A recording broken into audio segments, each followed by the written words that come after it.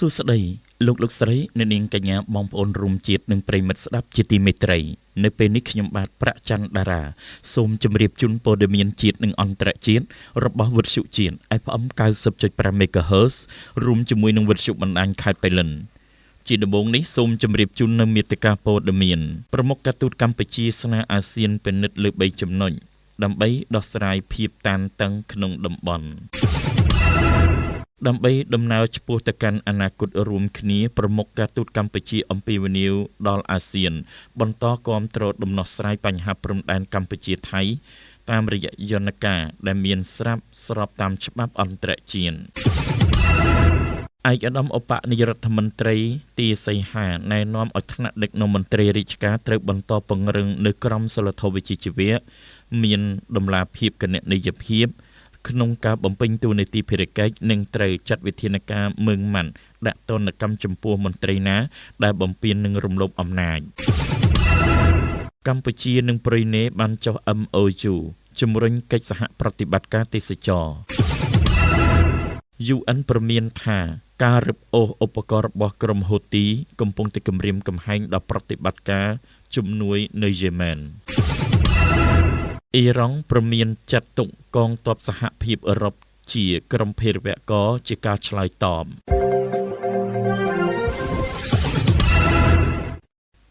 តទៅនេះសូមជម្រាបជូនព័ត៌មានពិស្ដាប្រមុខការទូតកម្ពុជាស្នើអាស៊ានពិនិត្យលើ3ចំណុចដើម្បីដោះស្រាយភាពតានតឹងនៅក្នុងតំបន់យោងតាមសេចក្តីប្រកាសលទ្ធផលនៃកិច្ចប្រជុំចង្អៀតរដ្ឋមន្ត្រីការបរទេសអាស៊ានបានឲ្យដឹងថាឯកឧត្តមឧបនាយករដ្ឋមន្ត្រីប្រាក់សុខុនរដ្ឋមន្ត្រីក្រសួងការបរទេសនិងសហប្រតិបត្តិការអន្តរជាតិបានលើកឡើង3ចំណុចសំខាន់នៅអាស៊ានដើម្បីដោះស្រាយភាពតានតឹងនៅក្នុងតំបន់នៅក្នុងកិច្ចប្រជុំឯកឧត្តមឧបនាយករដ្ឋមន្ត្រីបានកត់សម្គាល់ថាមូលបត្រនិងអត្ថភាពរបស់វិបលភាពនៅក្នុងតំបន់កំពុងត្រូវបានសាកល្បងដោយបញ្ហាប្រឈមដែលស្មុគស្មាញនិងមានភាពប្រតិក្រឡាគ្នាជាច្រើនដូច្នេះអាស៊ានត្រូវតែដោះស្រាយភាពតានតឹងផ្នែកភូមិសាស្ត្រនយោបាយនិងផ្ទៃក្នុងការប្រែប្រួលបច្ចេកវិទ្យាយ៉ាងឆាប់រហ័សហានិភ័យអាកាសធាតុនិងការផ្លាស់ប្ដូរសង្គមសេដ្ឋកិច្ចដ៏ធំនៅក្នុងបរិបទនេះឯកឧត្តមឧបនាយករដ្ឋមន្ត្រីបានលើកឡើងជាអាទិភាព3ទី1ការងារពង្រឹងវិស័យពាណិជ្ជកម្មនិងវិនិយោគនៅក្នុងអាស៊ានជាមួយនឹងដៃគូខាងក្រៅនៅតែមានសារៈសំខាន់ចំពោះវិបលភាពរួមទាំងតាមរយៈការធ្វើទំនើបកម្មកិច្ចព្រមព្រៀងពាណិជ្ជកម្មសេរីដែលមានស្រាប់ទី2អាស៊ានត្រូវតែពង្រឹងការតភ្ជាប់ក្នុងតំបន់និងជំរុញការអភិវឌ្ឍបណ្ដាញអគ្គិសនីអាស៊ានទី3អាស៊ានត្រូវតែពង្រឹងអំណាចសហគ្រាសមីក្រូធុនតូចនិងមធ្យមតាមរយៈការកសាងសមត្ថភាពការកែលម្អការទទួលបានហិរញ្ញវត្ថុនិងការទទួលបាននូវបច្ចេកវិទ្យាថ្មីៗដើម្បីបង្កើនផលិតភាពនិងសមត្ថភាពប្រកួតប្រជែងដោយធានាថាប្រជាជនអាស៊ានទទួលអត្ថប្រយោជន៍ពីការធ្វើសមាហរណកម្មកាន់តែស៊ីជម្រៅនិងវិស័យមានកំណើនថ្មីដើម្បីឆ្ពោះទៅកាន់អនាគតរួមគ្នាប្រមុខការទូតកម្ពុជាបានអំពាវនាវដល់អាស៊ានបន្តគាំទ្រដំណោះស្រាយព្រំដែនកម្ពុជានិងថៃតាមរយៈយន្តការដែលមានស្របតាមច្បាប់អន្តរជាតិដើម្បីដំណើរការឆ្ពោះទៅកាន់អនាគតរួមគ្នាប្រមុខការទូតកម្ពុជាឯកឧត្តមឧបនាយករដ្ឋមន្ត្រីប្រាក់សុខុនរដ្ឋមន្ត្រីក្រសួងការបរទេសនិងសហប្រតិបត្តិការអន្តរជាតិបានអំពាវនាវដល់អាស៊ានបន្តគាំទ្រដំណោះស្រាយព្រំដែនកម្ពុជានិងថៃតាមយន្តការដែលមានស្រាប់និងស្របតាមច្បាប់អន្តរជាតិឯកឧត្តមឧបនាយករដ្ឋមន្ត្រីបានជម្រាបជូនកិច្ចប្រជុំពីការវិវត្តថ្មីតាមបណ្ដោយព្រំដែនកម្ពុជាថៃរួមទាំងសកម្មភាពតាមដែននានាដើម្បីអនុវត្តសេចក្តីប្រកាសរួមនៃកិច្ចប្រជុំពិសេសលើកទី3របស់គណៈកម្មាធិការព្រំដែនទូទៅ GBC នៅថ្ងៃទី27ខែធ្នូឆ្នាំ2025ដែលបានបង្កើតឲ្យមានបទឈប់បាញ់ជាលើកទី2ឯកឧត្តមឧបនាយករដ្ឋមន្ត្រីប្រាក់សុខុនបានសម្ដែងនៅអំណរគុណយ៉ាងជ្រាលជ្រៅរបស់កម្ពុជាចំពោះប្រទេសម៉ាឡេស៊ីនៅក្នុងនាមជាប្រធានអាស៊ានឆ្នាំ2025សម្រាប់ការសម្របសម្រួលបទឈប់បាញ់និងគាំទ្រដល់កិច្ចខិតខំប្រឹងប្រែងនានាឆ្ពោះទៅរកដំណោះស្រាយដោយសន្តិវិធី ឯ ឯកឧត្តមឧបនាយករដ្ឋមន្ត្រីក៏បានថ្លែងអំណរគុណដល់រដ្ឋសមាជិកអាស៊ាននានាសម្រាប់ការគាំទ្រឥតងាករេចំពោះបទឈប់បាញ់ការដោះស្រាយជម្លោះដោយសន្តិវិធីនិងការរួមចំណែកបញ្ជូនកងកម្លាំងមកចូលរួមនៅក្នុងក្រុមអ្នកសង្កេតការណ៍អាស៊ាន AOT ឯកឧត្តមឧបនាយករដ្ឋមន្ត្រីបានជម្រាបសហការីអាស៊ានថាកិច្ចប្រជុំគណៈកម្មាធិការព្រំដែនទូទៅនេះក៏បានបង្កើនការរៀបចំនិងកិច្ចព្រមព្រៀងនានាស្ដីពីវិធានការបន្ធូរបន្ថយភាពតានតឹងនិងជំហានជាក់ស្ដែងឆ្ពោះទៅរកដំណោះស្រាយស្ថានភាពដោយសន្តិវិធីស្របតាមច្បាប់និងសន្ធិសញ្ញាអន្តរជាតិព្រមទាំងកិច្ចព្រមព្រៀងដែលមានស្រាប់រវាងប្រទេសទាំងពីរឯកឧត្តមឧបនាយករដ្ឋមន្ត្រីបានបន្ថែមទៀតថាភាគីទាំងពីរបានឯកភាពគ្នាថារាល់ការរៀបចំទាំងអស់ក្រោមសេចក្តីប្រកាសរួមនៃកិច្ចប្រជុំពិសេសលើកទី3របស់គណៈកម្មាធិការព្រំដែនទូទៅគឺមិនប៉ះពាល់ដល់ការបោះបង្គោលខណ្ឌសីមាព្រំដែននិងព្រំដែនអន្តរជាតិរវាងប្រទេសទាំងពីរឡើយប្រទេសទាំងពីរបានសង្កត់ធ្ងន់បន្ថែមទៀតអំពីសារៈសំខាន់ដ៏ចាំបាច់នៃការពង្រឹងបទឈប់បាញ់លើកទី2នៅថ្ងៃទី27ខែធ្នូឆ្នាំ2025និងការធានាសន្តិភាពសន្តិសុខនិងស្ថិរភាពយូរអង្វែងនៅតាមព្រំដែនតាមរយៈទំនាក់ទំនងបើកចំហនិងដោយផ្ទាល់ការជឿទុកចិត្តគ្នាទៅវិញទៅមកវិធានការកសាងទំនុកចិត្តនិងកិច្ចខិតខំប្រឹងប្រែងរួមនានាឯកឧត្តមឧបនាយករដ្ឋមន្ត្រីបានសង្កត់ធ្ងន់ថាទោះបីមានការរីកចម្រើនជាវិជ្ជមានចាប់តាំងពីមានបទឈប់បាញ់ក៏ដោយក៏នៅតែមានសកម្មភាពមួយចំនួនដែលមិនស្របនឹងសេចក្តីប្រកាសរួមនៃកិច្ចប្រជុំពិសេសលើកទី3របស់គណៈកម្មាធិការព្រំដែនទូទៅនេះជាពិសេសគឺទាក់ទងទៅនឹងការគោរពអធិបតេយ្យនិងបូរណភាពទឹកដីសកម្មភាពបែបនេះគឺងាយនឹងបង្កើនភាពតានតឹងនិងធ្វើឲ្យប៉ះពាល់ដល់កិច្ចខិតខំប្រឹងប្រែងដើម្បីវិលត្រឡប់ទៅរកប្រក្រតីភាពនិងស្ដារសន្តិភាពឡើងវិញនៅគណៈពេលនៃកិច្ចប្រជុំនេះប្រជាប្រដ្ឋកម្ពុជារាប់ម៉ឺននាក់នៅតែមិនអាចត្រឡប់ទៅលំនៅឋានរបស់ពួកគេវិញបានដោយសុវត្ថិភាពនិងសេចក្តីថ្លៃថ្នូរនៅឡើយទេដែលនេះគឺជាការព្រមព្រៀងមួយដែលភាគីទាំងពីរបានបដិញ្ញាចិត្តនៅក្នុងសេចក្តីប្រកាសរួមជាមួយគ្នាដោយសារតែផ្ទះសម្បែងរបស់ពួកគេមិនអាចចូលបានដោយសារមានរបាំងរារាំងនិងការគំរាមកំហែងសន្តិសុខឬត្រូវបានរុះរើឬក៏បំផ្លាញនៅផ្ទះសម្បែងជាលទ្ធផលពួកគេបន្តរស់នៅជំរំភាសឹកបណ្ដោះអាសន្នហើយកុមាររាប់ពាន់នាក់នៅតែមិនអាចទៅសាលារៀនបានឯកឧត្តមឧបនាយករដ្ឋមន្ត្រីប្រាក់សុខុនបានបញ្ជាក់ទៀតថាកម្ពុជានៅតែបដិញ្ញាយ៉ាងមុតមាំនិងស្មោះត្រង់នៅក្នុងការរក្សានិងអនុវត្តបទឈប់បាញ់និងសេចក្តីប្រកាសរួមទាំងស្រុងដោយសង្ឃឹមយ៉ាងមុតមាំថាវានឹងមិនត្រឹមតែបញ្ចប់អរិភាពនិងស្ដារឡើងវិញនៅភាពស្ងប់ស្ងាត់និងប្រក្រតីភាពតាមព្រំដែនប៉ុណ្ណោះទេថែមទាំងត្រួសត្រាយផ្លូវសម្រាប់ដំណោះស្រាយដ៏យុត្តិធម៌និងយូរអង្វែងដើម្បីឲ្យប្រជាជនទាំងពីររស់នៅក្បែរគ្នាប្រកបដោយសន្តិភាពស្ថិរភាពនិងវិបុលភាពរួមឯកឧត្តមឧបនាយករដ្ឋមន្ត្រីបានអំពាវនាវដល់សហការីអាស៊ានបន្តគាំទ្រដល់ការនៅរកដំណោះស្រាយជម្លោះនេះដោយសន្តិវិធីស្របតាមច្បាប់អន្តរជាតិសន្ធិសញ្ញានិងកិច្ចព្រមព្រៀងដែលមានស្រាប់និងគោលការណ៍ជាមូលដ្ឋាននៃការមិនប្រើប្រាស់កម្លាំងប្រឆាំងនិងបូរណភាពទឹកដីនៃរដ្ឋណាមួយដើម្បីឲ្យមានសន្តិភាពនិងស្ថិរភាពអាចកើតមានមិនត្រឹមតែរវាងកម្ពុជានិងថៃប៉ុណ្ណោះទេប៉ុន្តែនៅទូទាំងតំបន់របស់យើងទាំងមូលឯកឧត្តមឧបនាយករដ្ឋមន្ត្រីប្រាក់សុខុនបានគូបញ្ជាក់ថាប្រឈមទៅនឹងបញ្ហាប្រឈមធ្ងន់ធ្ងរម្ដងហើយម្ដងទៀតចំពោះអភិបាលកិច្ចសកលនៃច្បាប់អន្តរជាតិការគំរាមកំហែងឬការប្រើប្រាស់កម្លាំងនៅក្នុងទំនាក់ទំនងរវាងរដ្ឋកំពុងកើនឡើងដែលបណ្ដាលឲ្យមានហានិភ័យនៃការកើនឡើងនៅផ្នត់គំនិតដែលថាអ្នកខ្លាំងគឺត្រឹមត្រូវអាចក្លាយជារឿងធម្មតានៅក្នុងនាមជាតំបន់មួយដែលឲ្យតម្លៃខ្ពស់ដល់សន្តិភាពដែលទទួលបានយ៉ាងលំបាកនិងចាត់ទុកជាទ្រព្យសម្បត្តិដ៏មានតម្លៃបំផុតមួយអាស៊ានពុំគួរដើរតាមមាគ៌ានេះទេការនេះគឺពាក់ព័ន្ធទៅនឹងសហគមន៍របស់យើងគ្រួសាររបស់យើងនិងអនាគតរបស់យើង ឯកឧត្តមឧបនាយករដ្ឋមន្ត្រីទាសីហាណែនាំឲ្យថ្នាក់ដឹកនាំមន្ត្រីរាជការត្រូវបន្តពង្រឹងនូវក្រមសីលធម៌វិជ្ជាជីវៈមានតម្លាភាពគណនេយ្យភាពនៅក្នុងការបំពេញតួនាទីភារកិច្ចនិងត្រូវចាត់វិធានការម៉ឺងម៉ាត់ដាក់ទណ្ឌកម្មចំពោះមន្ត្រីណាដែលបំពាននិងរំលោភអំណាចឯកឧត្តមឧបនាយករដ្ឋមន្ត្រីទាសីហារដ្ឋមន្ត្រីក្រសួងការពារជាតិនិងជាប្រធានក្រុមការងាររដ្ឋាភិបាលចុះមូលដ្ឋានខេត្តសៀមរាបបានថ្លែងនៅក្នុងពិធីបិទសន្និបាតបូកសរុបលទ្ធផលការងារប្រចាំឆ្នាំ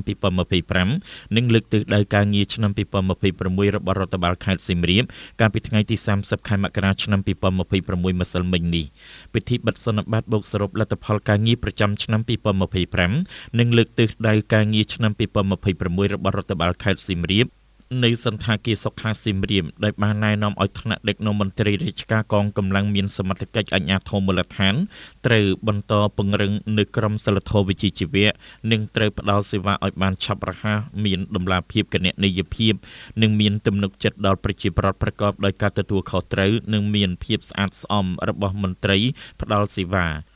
ហើយត្រូវចាត់វិធានការម៉ឺងម៉ាត់និងដាក់ទណ្ឌកម្មចំពោះមន្ត្រីណាដែលបំពាននិងរំលោភអំណាចឯកឧត្តមបានមានប្រសាសន៍ថាអង្គសន្និបាតនេះដើម្បីរួមគ្នាពិនិត្យវឌ្ឍនភាពការងារដោយវិតម្លៃនៅសមិទ្ធផលដែលសម្រេចបាននៅក្នុងរយៈពេល1ឆ្នាំកន្លងមកនិងកំណត់នៅបញ្ហាប្រឈមនានាដែលបានជួបប្រទះនិងហានិភ័យដែលអាចកើតមានសម្ដៅដាក់ចេញនៅទិសដៅការងារប្រចាំឆ្នាំបន្ទាប់មានលក្ខណៈគ្រប់ជ្រុងជ្រោយនិងមានសក្តិភាពស្របតាមយុទ្ធសាស្ត្របញ្ចកោណដំណាក់កាលទី1របស់រាជរដ្ឋាភិបាលនីតិកាលទី7នៃរដ្ឋសភាហើយបើតាមរបាយការណ៍របស់ឯកឧត្តមអភិបាលខេត្តសៀមរាបប្រាក់សុភ័ណ្ឌអំពីលទ្ធផលនៅក្នុងអង្គសន្និបាតឯកឧត្តមឧបនាយករដ្ឋមន្ត្រីបានសម្ដែងនៅការកោតសរសើរនិងវិតម្លៃខ្ពស់ចំពោះថ្នាក់ដឹកនាំមន្ត្រីរាជការនិងកងកម្លាំងប្រដាប់អាវុធគ្រប់លំដាប់ថ្នាក់នៃខេត្តសៀមរាបដែលបានលះបង់កម្លាំងកាយចិត្តដោយមិនខ្លាចនឿយហត់នៅក្នុងកាតព្វកិច្ចបម្រើជាតិមាតុភូមិនិងបានខិតខំប្រឹងប្រែងបំពេញតួនាទីភារកិច្ចរបស់ខ្លួនឲ្យល្អប្រសើរបន្តលើកកម្ពស់ការគ្រប់គ្រងរដ្ឋបាលនិងអភិវឌ្ឍមូលដ្ឋានការផ្ដល់សេវាសាធារណៈការរក្សាសុខសន្តិភាពសណ្ដាប់ធ្នាប់និងការលើកកម្ពស់ជីវភាពរស់នៅរបស់ប្រជាពលរដ្ឋសមិទ្ធផលនិងស្នាដៃទាំងនេះនឹងធានាបានយ៉ាងល្អប្រសើរនូវស្ថិរភាពនយោបាយសន្តិសុខសណ្ដាប់ធ្នាប់សាធារណៈសុវត្ថិភាពសង្គមដំណើរការលទ្ធិប្រជាធិបតេយ្យសេរីពហុបកនិងដំណើរការជាប្រក្រតីភាពនៃសកម្មភាពសេដ្ឋកិច្ចសង្គមពាណិជ្ជកម្មទេសចរណ៍និងការវិនិយោគឯកឧត្តមឧបនាយករដ្ឋមន្ត្រីបានលើកឡើងផងដែរនៅសង្គ្រាមឈ្លានពានពីសំណាក់កងទ័ពថៃបានបង្កវិនាសកម្មយ៉ាងធ្ងន់ធ្ងរមកលើប្រទេសជាតិនិងប្រជាជនកម្ពុជាដែលបណ្ដាលឲ្យប្រជាពលរដ្ឋកម្ពុជាស្លូតត្រង់ជាច្រើនអ្នកព្រមទាំងវរៈកងទ័ពនគរបាលការពារព្រំដែនបានបាត់បង់ជីវិតរបស់ពិការព្រមទាំងបានបំផ្លិចបំផ្លាញនៅទ្រព្យសម្បត្តិផ្ទះសម្បែងវត្តអារាមមណ្ឌលសុខភាពសាលារៀនហេដ្ឋារចនាសម្ព័ន្ធសាធារណៈនិងសម្បត្តិបេតិកភណ្ឌពិភពលោកគឺប្រាសាទព្រះវិហារនិងប្រាសាទបុរាណដែលជាកេរដំណែលពីដូនតាខ្មែរដទៃទៀតជាច្រើននិងបង្កើតឲ្យមានជនភៀសសឹកជាងកន្លះលាននាក់ត្រូវបានជម្លៀសទៅរកទីជំរងសុវត្ថិភាពបណ្ដោះអាសន្ននិងមានការវិលត្រឡប់យ៉ាងគំហុកនៅប្រជាពលរដ្ឋខ្មែរដែលកំពុងតែបំពេញការងារនៅក្នុងប្រទេសថៃបានបង្កនៅបញ្ហាប្រឈមជាច្រើនបន្ថែមទៀតដែលបានប៉ះពាល់ដល់ជីវភាពរស់នៅប្រចាំថ្ងៃរបស់ប្រជាពលរដ្ឋ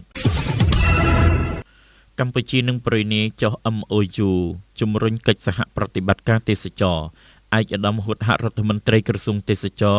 ទទួលសិទ្ធិប្រទានពីរាជរដ្ឋាភិបាលកម្ពុជាក្នុងការចុះហត្ថលេខាលើអនុស្សរណៈនៃការយោគយល់គ្នាស្តីពីកិច្ចសហប្រតិបត្តិការទេសចរជាមួយនឹងដាតូអាប់ឌុលម៉ាណាវមេតូស៊ីនរដ្ឋមន្ត្រីក្រសួងធនធានចម្បងនៃទេសចរប្រ៊ុយណេតំណាងរាជរដ្ឋាភិបាលនៃព្រះចៅស៊ុលតុងនិងយ៉ាងឌីពីទូននៃប្រទេសប្រ៊ុយណេដារុសាឡឹមអនុស្សរណៈនៃការយោគយល់គ្នានេះបានធ្វើឡើងនៅថ្ងៃទី29ខែមករាឆ្នាំ2026កន្លងមកថ្មីនេះនៅសេប៊ូប្រទេសហ្វីលីពីនដោយនៅក្នុងគោលបំណងទី1ធ្វើឲ្យប្រសើរឡើងបន្ថែមទៀតនៅកិច្ចសហប្រតិបត្តិការទេសចររវាងភាគីទាំងពីរ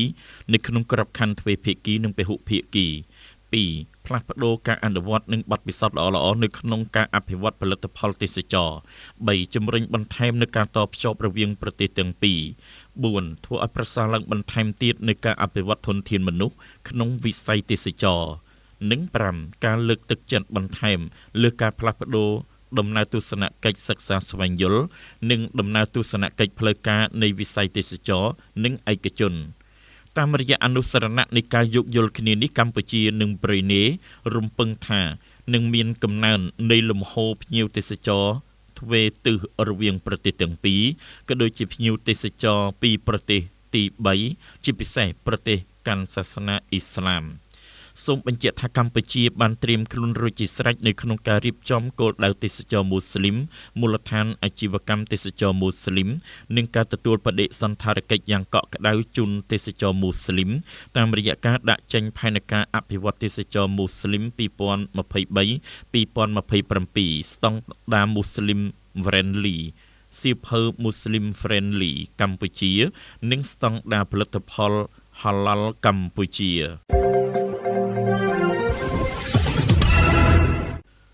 បាទលោកស្រីអ្នកនាងកញ្ញាព័ត៌មានជាតិនិងអន្តរជាតិរបស់វិទ្យុជាតិ FM 90.5 MHz រួមជាមួយនឹងវិទ្យុបណ្ដាញខេត្តប៉ៃលិនដែលលោកអ្នកនាងបានស្ដាប់នៅពេលនេះចប់តែប៉ុណ្ណេះជាបន្តសូមជម្រាបជូនព័ត៌មានអន្តរជាតិអង្គការសហប្រជាជាតិបានចេញសេចក្តីព្រមានយ៉ាងធ្ងន់ធ្ងរនៅថ្ងៃសៅរ៍នេះថាការដែលក្រុមប្រដាប់អាវុធហូទី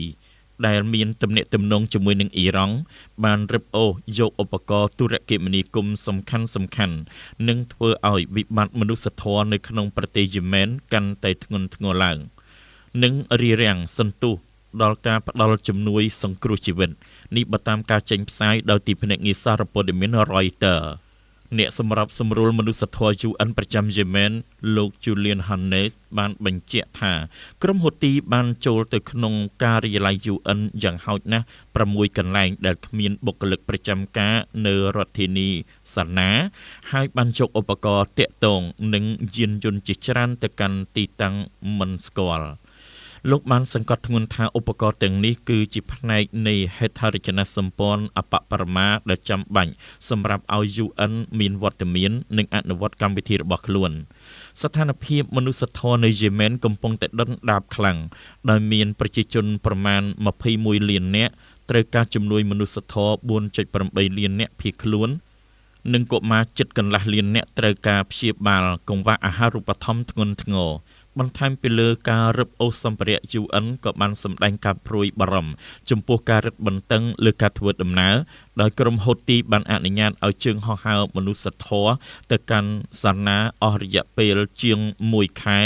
និងទៅកាន់ទីក្រុងម៉ារីបជាង4ខែមកហើយ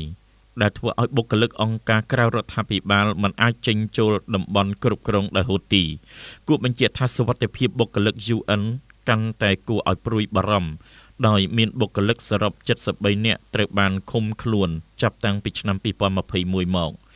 កាលពីខែកញ្ញា UN បានបង្ខំចិត្តបដូរទីតាំងមូលដ្ឋានអ្នកសម្របសម្រួលនៅទីក្រុង Aden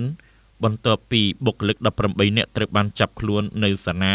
ដោយក្រុមហូទីចោទប្រកាន់ពីបទចារកម្មអ៊ីរ៉ង់ព្រមានចាត់ទុកកងទ័ពសហភាពអឺរ៉ុបជាក្រុមភេរវករជាការឆ្លើយតបក្រុមមន្ត្រីសន្តិសុខជាន់ខ្ពស់អ៊ីរ៉ង់គឺលោក Ali Larijani បានប្រកាសថាអ៊ីរ៉ង់មានផែនការដាក់បញ្ចូលកងកម្លាំងប្រដាប់អាវុធនៃបណ្ដាប្រទេសសហភាពអឺរ៉ុបដែលបានដាក់ទណ្ឌកម្មលើកងកម្លាំងឆ្មាំបដិវត្តន៍អ៊ីរ៉ង់នៅក្នុងបញ្ជីក្រុមភេរវករនេះបើតាមការបង្ហោះនៅលើបណ្ដាញសង្គម X ត្រូវបានចុះផ្សាយដោយទីភ្នាក់ងារសារព័ត៌មាន Reuters លោក Larijani បានព្រមានថាដូច្នេះផលវិបាកនឹងធ្លាក់ទៅលើប្រទេសអ៊ីរ៉ង់ដែលបានធ្វើសកម្មភាពបែបនេះបាទលោកនាងកញ្ញាព័ត៌មានជាតិនិងអន្តរជាតិរបស់វិទ្យុជាតិ FM 90.5 MHz រួមជាមួយនឹងវិទ្យុបណ្ដាញខេត្តប៉ៃលិនដែលលោកនាងបានស្ដាប់នៅពេលនេះចប់តែប៉ុណ្ណេះខ្ញុំបាទសូមអរគុណចំពោះការតាមដានយកចិត្តទុកដាក់ស្ដាប់ពីបងប្អូនលោកនាងជូនពរបងប្អូនលោកនាងទទួលបាននូវសុខភាពល្អជោគជ័យគ្រប់កិច្ចការងារនិងការធ្វើដំណើរប្រកបដោយសុវត្ថិភាពខ្ញុំបាទប្រាក់ច័ន្ទតារាសូមអរគុណសូមជម្រាបលា